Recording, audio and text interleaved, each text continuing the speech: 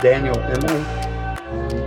I'm from New Philadelphia, Ohio. I was born and raised in Canton, Ohio. I still remember the first time I got drunk. I was about 12, and I loved it. That was my solution. And then as I grew up and got older, it became more and more drugs. Alcohol was always my primary drug. But I was a multi-drug user.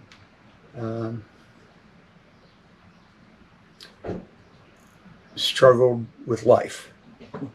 Okay. Went into the Navy when I graduated from high school. I remember the principal of my high school told my mother that she should be getting the diploma because she was at the school so much dealing with more. Right. But yeah, the Navy, it could have been a good change for me, but I was caught up in this thing we call addiction, and I wouldn't get sober. So they gave me some opportunities, and I didn't want them, and I ended up being discharged. That was a turning point. Kind of drifted for a while. Ended up in Denver, Colorado. And I really liked Denver. Why is that? It was easy to get a job, for one thing. And I liked the mountains. Oh, right. Yes. So, but once again, addiction had me. And see, I think I went to my first treatment center when I was 20. Okay.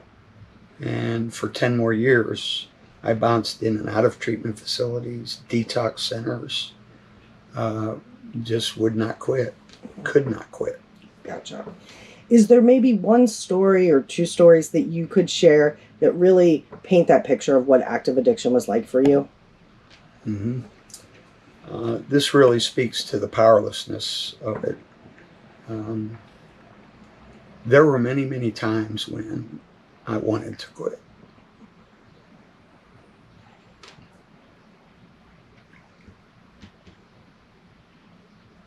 More than anything.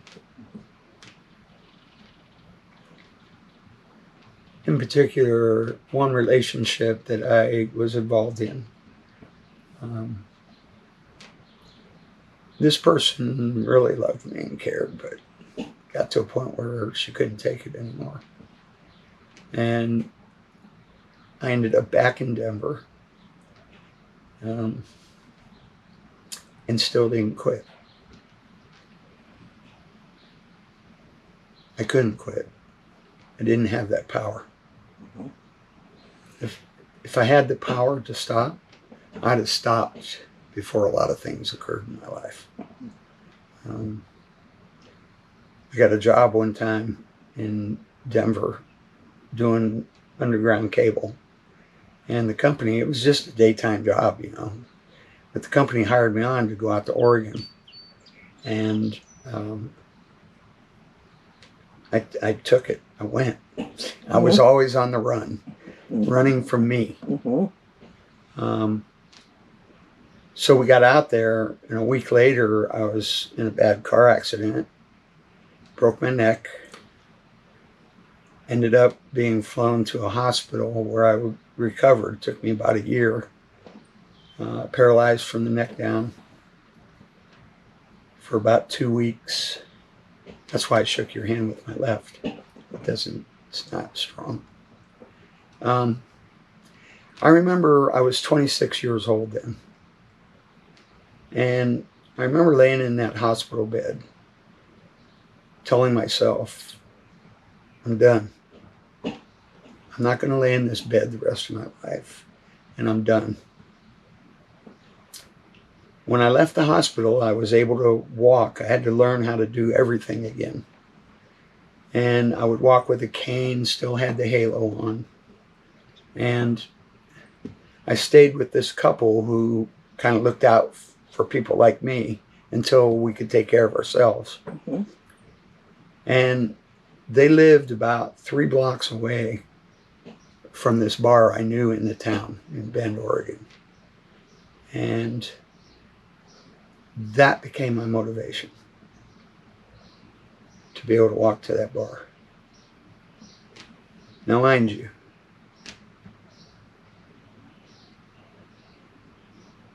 when I was in that hospital bed, I was done. Mhm. And this speaks to the power of addiction, really. Absolutely. And that mental obsession. Yes. So that was 26, and you said that at age 30 is when you stopped.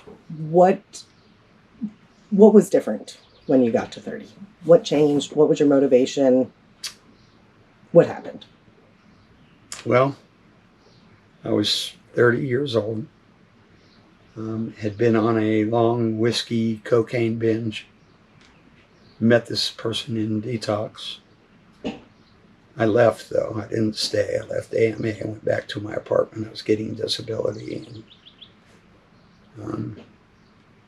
and I wasn't done. So I gave this guy my address. Told him, come over when you get out of here. And we partied for a few days, and then I decided he was on his way to California hitchhiking. And I decided I'm losing my apartment again. I'll just go with you. And the day we left, I don't remember a lot about that day.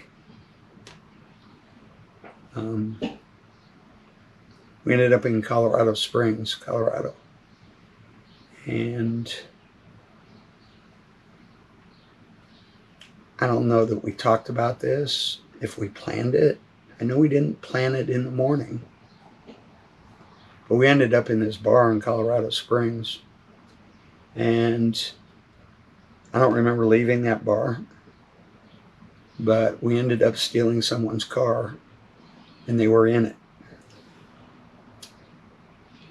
It got out of hand. The guy I was with wanted to kill the person. Some more grace in my life. There was still enough good inside of me that said this was wrong. And we put the person out of the car and drove away. The next morning, I do remember being pulled over. I was driving down the highway, pitch dark. And I'm kind of coming in and out of this haze, this fog. And I remember thinking I'm in a spaceship, because all I could see was the green lights on the dashboard and just kind of humming. And we're going down I-25 towards Albuquerque. And just before we get to Trinidad, now I didn't know all this then, I know now. Right. I passed this vehicle in the median, and the guy I was with was passed out in the back seat. And I'm just cruising down the road.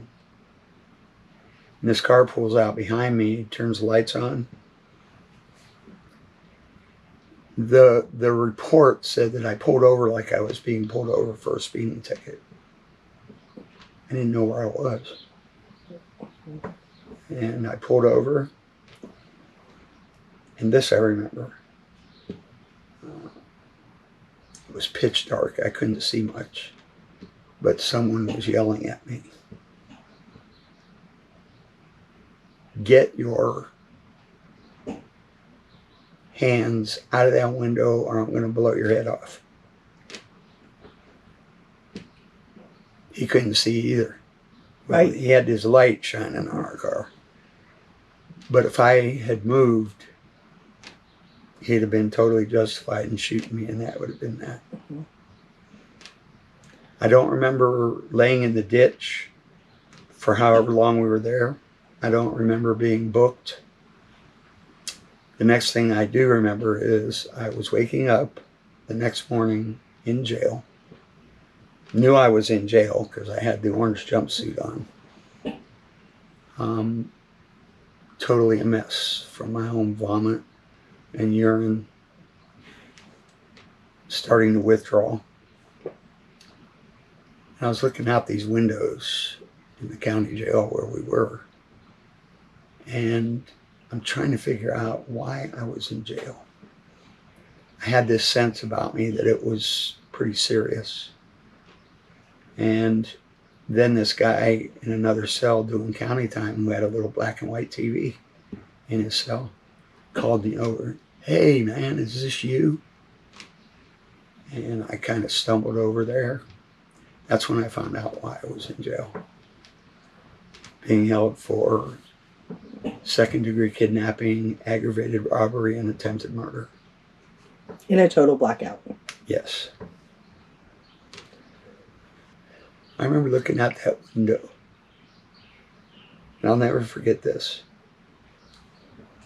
All I said in my heart was, "If you exist, help me," because I was dying.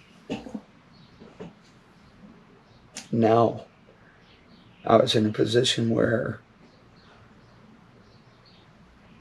I totally violated someone who did nothing to me.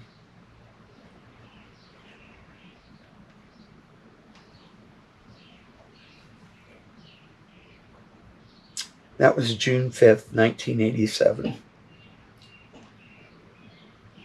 You know what happened just not long after that? Like 5 minutes. I had a peace that just came over me. And I hadn't had that for many, many years. And I knew everything was going to be okay. There's so many things, because I've been recovered since. June 5th this year will be 35 years. But the first 20 years of that was spent behind Colorado State prison walls. At first, my attorney was going to try to use the diminished capacity defense, which there was probably some legitimacy to it.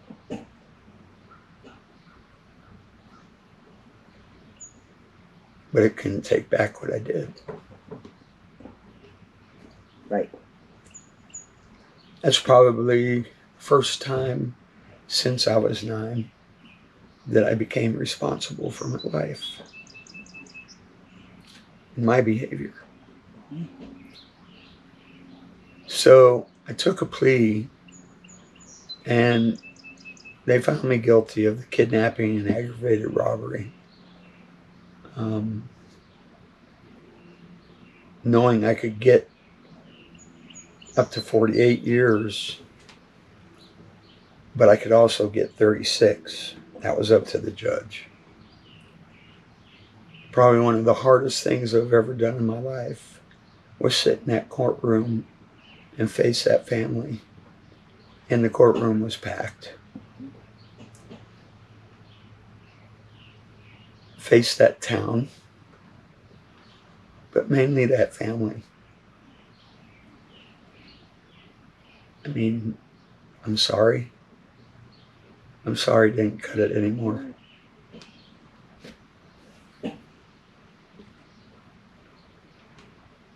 And the judge sentenced me that day to 48 years max. Now, I went back 3 years later, and he did reduce it to the 36. All in all, I spent 20 years behind the walls. Then they allowed me to go to a halfway house. I did that program in 8 months. They accepted me back into the community on ISP, intensive supervision program. I had to wear a bracelet on my ankle, but I was able to get my own place and go to work.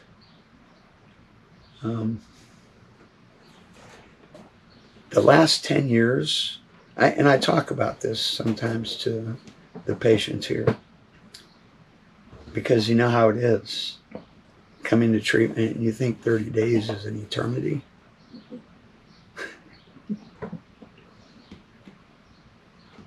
Not when you're getting your life back. When I became eligible for parole, The first 5 years that I saw the parole board, I was still behind the walls. Then I went to the halfway house in the ISP program, and they denied me for 10 years in a row. That's tough. And their reasoning, I hadn't done enough time. Those were the hardest years, those last 10. Because now I'm concerned about other people more than myself. I could do the time, but it was killing my mother. Right. And I got my bachelor's degree in social psychology because I also knew in the back of my head that one day I want to be a counselor. I want to help other people. Mm-hmm. And I was doing that in prison, in the AA program. I get involved with guys that wanted to get clean and work through the steps with them.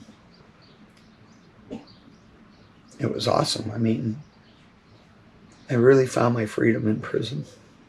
Wow. That's something you don't hear every day.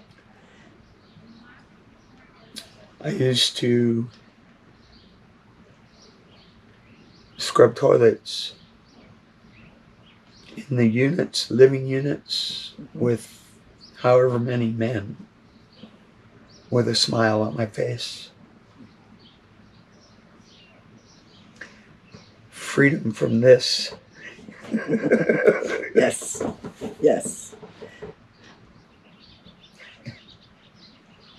In 2011, I went to the parole board for the 10th time. And this time,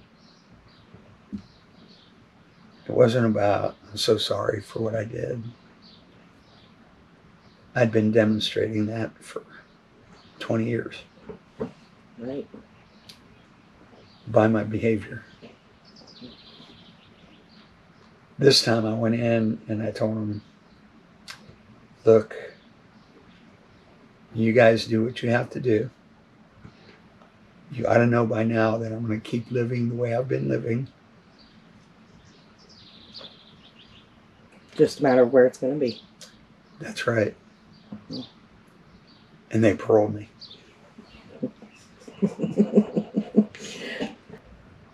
So after you were released and off any type of control from the state, how did you maintain your sobriety? I wrote a letter. When I got to the halfway house, the guy called me up. And the next day, after I got settled in, he came and picked me up. Took me to my first AA meeting. And I was familiar with the place. It was one of the AA clubs in Denver. Mm-hmm. And it became my home for the next 5 years while I was there. And the thing, those were tough years. Yeah. And I had to put myself in check because, and I'd learned this already, but this was more evidence that I don't run things.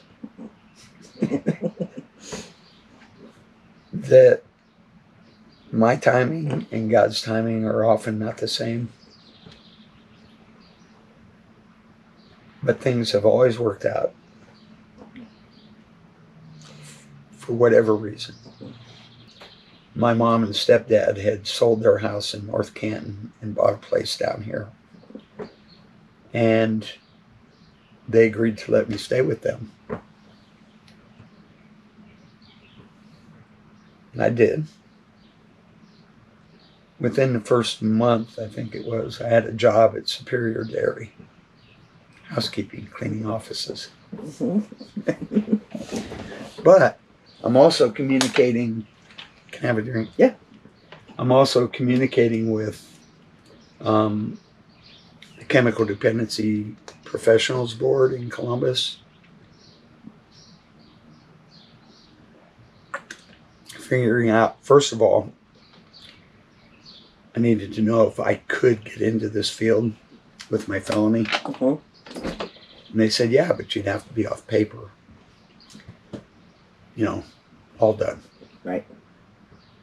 And so during that time, I took all the training and classes and stuff that I needed in addition to my bachelor's degree to apply for. And I started with my CDCA. And I was a recovery coach at Conquest up in Canton. Yeah. That was my first official job in this field. I got a notice on Indeed one day that they were going to be opening up this facility here. So I contacted them. I needed a change. And I was just about to get my LCDC 3, which opened up the door for me to do groups and to do individuals, kind of stuff I'm doing now. Mm-hmm. And I remember coming out to interview with them, and they hired me. For the first 3 months here, I was the only counselor. So for someone who's out there who is struggling and, not filled with much hope, are there some words of wisdom that you could share?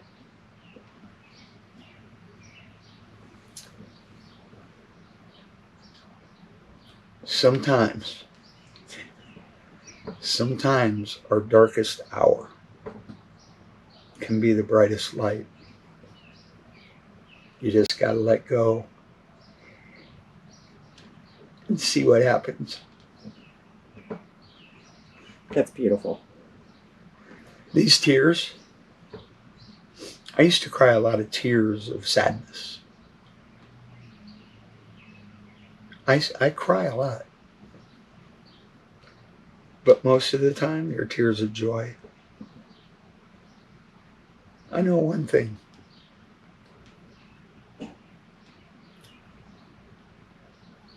There is no prison built. This is stronghold like the one we carry up here in addiction. And when you can get free from that,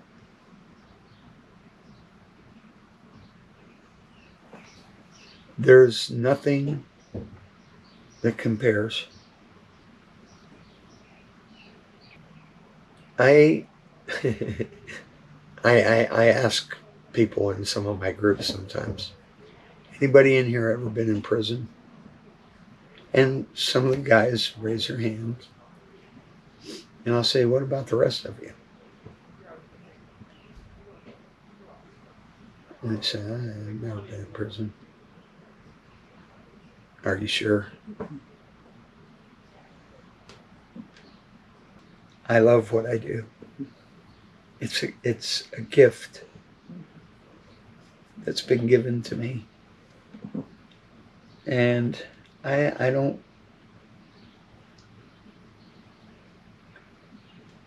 it's an obligation.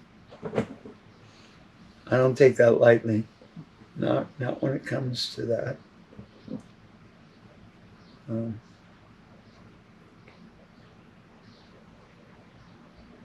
Yes, it gets frustrating because we, in our active addiction, can be very frustrating. Yes, that's for sure. Well, it's been a pleasure talking to you. Absolutely. Thank you so much.